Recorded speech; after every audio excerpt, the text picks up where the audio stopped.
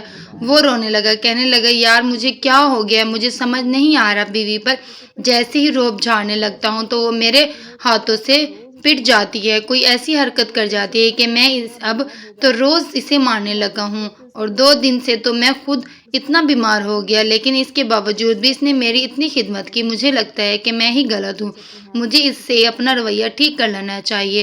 اب مجھے سب کچھ اپنے ہاتھوں سے پھسلتا ہوا دکھائی دے رہا تھا، اتنی محنت جو کی تھی وہ سب برباد ہوتی نظر آ رہی تھی۔ میں نے اسے کہا اگر میں تمہاری جگہ ہوتا تو ایسی بیوی کے نخرے برداشت کرنے کی بجائے اگلے دن اسے اپنے گھر پر چلتا کر دیتا اور اسے طلاق دے دیتا۔ یہ سننا تھا کہ وہ حیرت زدہ رہ گیا۔ اب مجھے پتہ چل گیا کہ ان دونوں کے درمیان محبت ہی وہ واحد چیز ہے جو ان دونوں کو جدا نہیں کر رہی۔ اس کی بیوی شاید بہت زیادہ قربانی دے رہی تھی، میرے بار بار وار کرنے اور اس کی بیوی کے خلاف بہانے کے باوجود بھی وہ تو میری بات پہ بالکل عمل کر رہا تھا، جیسے میں کہہ رہا تھا وہ ایسے ہی کر رہا تھا، اپنا دماغ استعمال نہیں کرتا تھا۔ لیکن اس کی بیوی شاید اس سے بے حد محبت کرتی تھی، تبھی اس سے شادی کے محض 6 مہینے کے دوران 5 سے 6 بار تشدد کو بھی برداشت کیا ہوا تھا اور اس کے ساتھ رہ رہی تھی۔ اب یہ کام مجھے مشکل ہوتا دکھائی دے رہا تھا، اسی لیے میں نے ایک انتہائی قدم اٹھانا سیکھ لیا تھا۔ میں نے اسے اپنے گھر دعوت پہ بلایا تھا اور وہیں میں نے اپنا کام کر دکھایا تھا۔ میں نے نظر بچا کر اسی کے پلیٹ میں زہر ملا دیا تھا اور یوں کھانا کھانے کے بعد اپنے گھر پہنچنے تک انتقال کر گیا تھا۔ یہ میری سب سے بڑی کامیابی تھی، لیکن دراصل یہ میری سب سے بڑی ناکامی تھی، کیونکہ میری زندگی میں بہت زیادہ مشکلات آنے والی تھی اور مجھے ذرا برابر بھی اندازہ نہ تھا اللہ پاک مجھے کیسے معاف کر سکتا ہے۔ میں نے اس کی ایک معصوم سے بندے کی جان لے لی، صرف اس وجہ سے کہ مجھے اس کی بیوی پسند آ گئی اور اس کی کم سن اور کم عمر بیوی پر میرا دل آ گیا تھا۔ میں اس سے شادی کرنا چاہتا تھا اور ہر حال میں ان دونوں کو جدا کرنا چاہتا تھا۔ میں اچھے دوست کی طرح اس کے جنازے پر گیا اور وہاں اس کی بیوی کا حال دیکھ کر مجھے اس پر ایک بار پھر سے حسد محسوس ہوا کہ وہ آج بھی اس کے لیے تڑپ رہی تھی، رو رہی تھی اور ایسے کر رہی تھی کہ جیسے اس کی سانس بند ہو جائے گی۔ مجھے یہ دیکھ کر برا تو لگا تھا، لیکن جلد ہی میں نے اپنے دل کو تسلی دے کر چپ کرا لیا تھا کہ اب یہ چند دنوں میں میری ہو جائے گی اور اسے میرا ہونے سے کوئی نہیں روک سکتا۔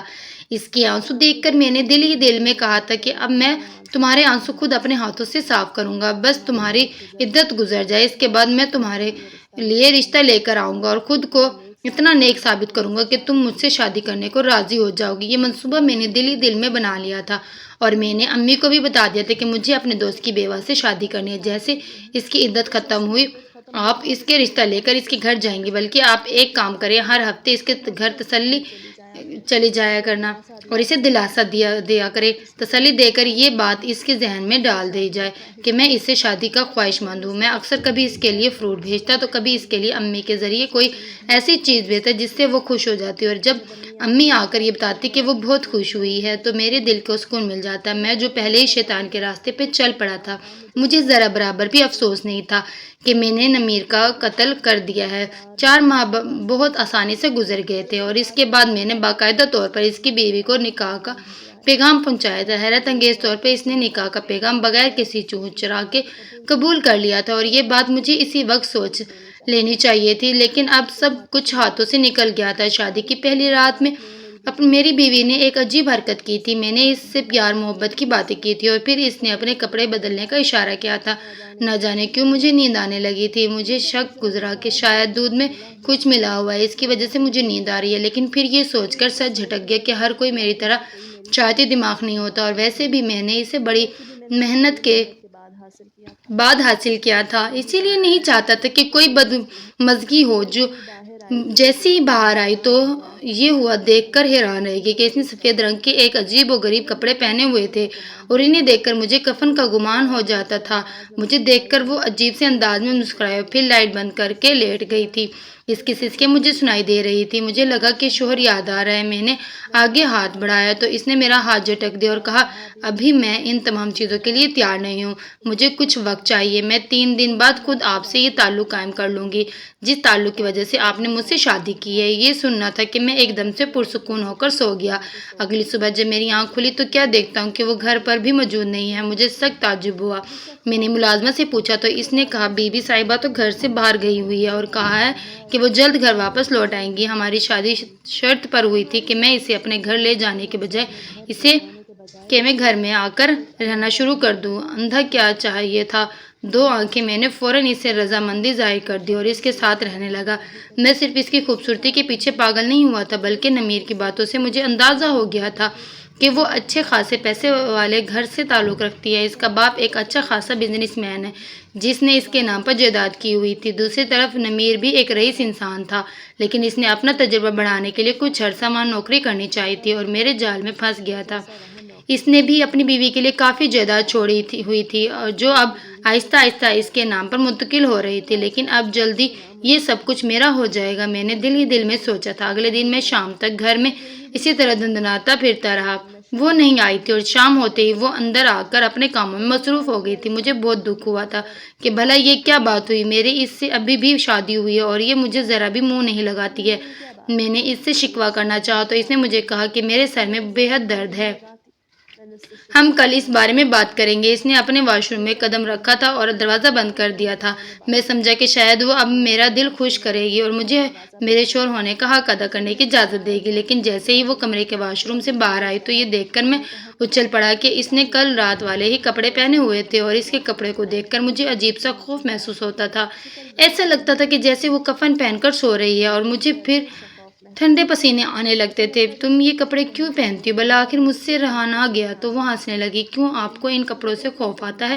یہ سننا تھا کہ میں مسکرا بھی نہ سکا۔ نہیں نہیں، ایسی بات نہیں ہے، تم اچھی لگتی ہو، لیکن یہ کپڑے کچھ عجیب سے نہیں ہیں، کفن جیسے دکھائی دیتے ہیں۔ یہ سننا تھا کہ وہ ہنس پڑی، کچھ بھی نہ بولا، لائٹ بند کر دیا اور سونے گئی۔ کیا یہ میرے دماغ سے کھیل رہی ہے؟ ایک عجیب سا کھیل میرے دل میں لپکا۔ اب میں نے سوچ لیا کہ آر یا پار ہوگا۔ 2 دن تو میں نے اسے خوب رعایت دے دی تھی، لیکن اب میں اسے مزید مہلت نہیں دوں گا اور تیسرے دن میں اسے حاصل کر کے رہوں گا۔ سارا کھیل اس کی خوبصورتی کی وجہ سے شروع ہوا تھا اور پھر اس کی جائیداد پر آ کر ختم ہو گیا تھا۔ اگلا دن بھی اسی طرح گزر گیا۔ اس نے مجھے پورا دن نظر انداز کیا۔ ایسا لگ رہا تھا کہ جیسے میں اس کے گھر میں بالکل ایک عام اور بیکار شے بن کر رہ گیا ہوں، جیسے وہ بات کرنا تو دور دیکھنا بھی پسند نہیں کرتی ہے۔ مجھے بہت برا لگ رہا تھا، اسی لیے میں نے سوچ لیا کہ آج رات کو میں سارے پردے گرا دوں گا۔ تیسرے دن رات کو جب اس نے پھر وہی لباس پہنا تو مجھ سے رہا نہ گیا اور میں نے اس کا وہ لباس کھینچ لیا، لیکن اگلے ہی لمحے اچھل پڑا۔ اس نے اندر ایک اور لباس پہنا ہوا تھا اور اس کفن کے نیچے سے ایک کاغذ نکل کر میرے ہاتھ میں آ گیا تھا۔ یہ سب کیا ہے؟ مجھے کچھ سمجھ نہیں آیا۔ وہ ہنس پڑی، کہنے لگی یہ کھلا نامہ ہے، 3 دن سے میں جہاں جا رہی ہوں وہ خاک لے جا رہی تھی۔ تمہیں کیا لگا کہ میں تم جیسے شخص کو اپنا آپ سونپ دوں گی؟ تم میرے شوہر کے قاتل ہو، تم نے اسے زہر دیا اور تمہیں لگا کہ یہ سب کچھ کر کے تم اپنا کھیل جیتتے چلے جاؤ گے اور تمہیں کوئی ہرانے والا نہیں ہوگا۔ یہ تمہاری بہت بڑی بھول ہے۔ میرے شوہر کا جب انتقال ہوا تھا، اس دن اس کی یاد میں تڑپ کر میں اپنے کمرے میں بیٹھی رو رہی تھی، تب مجھے احساس ہوا کہ وہ روزانہ ایک ڈائری لکھتے تھے، لیکن میرے لاکھ منع کرنے کے باوجود بھی انہوں نے مجھے کبھی پڑھنے کی اجازت نہیں دی تھی۔ پر اس دن میرا دل اتنا بے چین ہوا کہ میں نے ان کی پوری ڈائری پڑھ لی۔ تب مجھے اندازہ ہوا کہ ہماری زندگی میں زہر گھولنے والے انسان تم ہو۔ میں چپ چاپ اس وقت انتظار کرنے لگی جب تم اپنے آپ کو ظاہر کرو، اور تم نے واقعی میں خود کو ظاہر کرنا شروع کر دیا۔ یہ بھی نہ سوچا کہ نمیر کی قبر کی مٹی ابھی تک گیلی ہے۔ تم نے مجھ پر نظر رکھنا شروع کر دی۔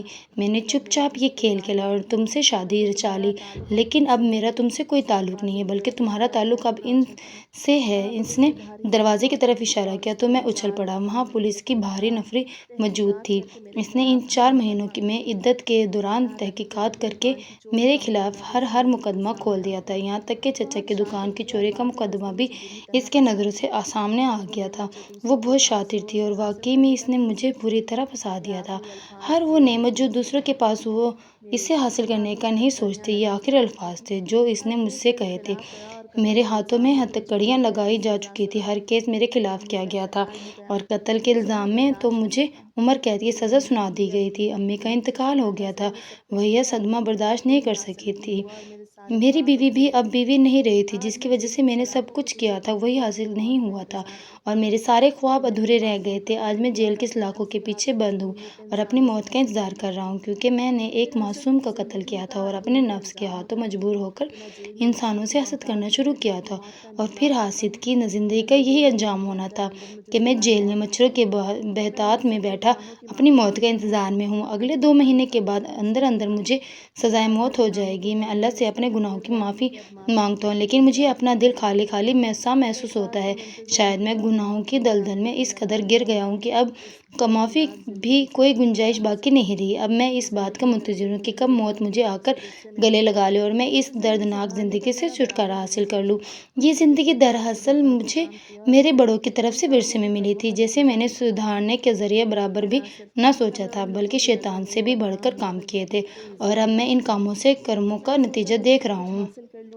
میں تمام لوگوں کی نظروں میں نہ صرف بدنام ہوا تھا، بلکہ اب میری کوئی عزت ہی نہیں رہی۔ میں نے سوچا تھا کہ سب کچھ حاصل کر لوں گا، لیکن کچھ بھی حاصل نہیں کر پایا تھا، بلکہ اس وقت جیل میں اپنے خالی ہاتھوں کو دیکھ رہا تھا اور اپنے دماغ پر افسوس کر رہا تھا، جس نے سوائے شیطانی چالوں کے اور کچھ بھی نہ سوچا تھا اور انسانوں کو نقصان پہنچانے کے علاوہ اور کوئی کام نہ کیا تھا۔ کاش میں سدھر جاتا، کاش میں اپنے والدین کے خلاف بھی آواز اٹھاتا، تاکہ جنہوں نے مجھے یہ تمام غلط کام سکھائے تھے، کاش انہوں نے میری تربیت اچھی کر لی ہوتی، یا کاش مجھے ہی بالغ ہونے کے بعد ہوش آ جاتا تو میں ان تمام کاموں سے منہ موڑ لیتا، لیکن پھر آخر میں کاش ہی رہ جاتا ہے۔ اس کے آگے ایک بہت بڑا پچھتاوا جو انسان اندر کے اندر دیمک کی طرح ختم کرتا چلا جاتا ہے۔ نمیر کی بیوی کی شادی ہو چکی تھی، وہ انتہائی خوش و خرم زندگی گزار رہی تھی۔ اس کے شوہر نے اپنی ساری دولت اس کے نام کر دی تھی، وہ پیسوں میں کھیل رہی تھی، لیکن اسے صرف رشتے درکار تھے جو محبت کے نام پر بنائے جاتے تھے۔ اگلے 2 دنوں میں میرا سزائے موت متوقع ہے،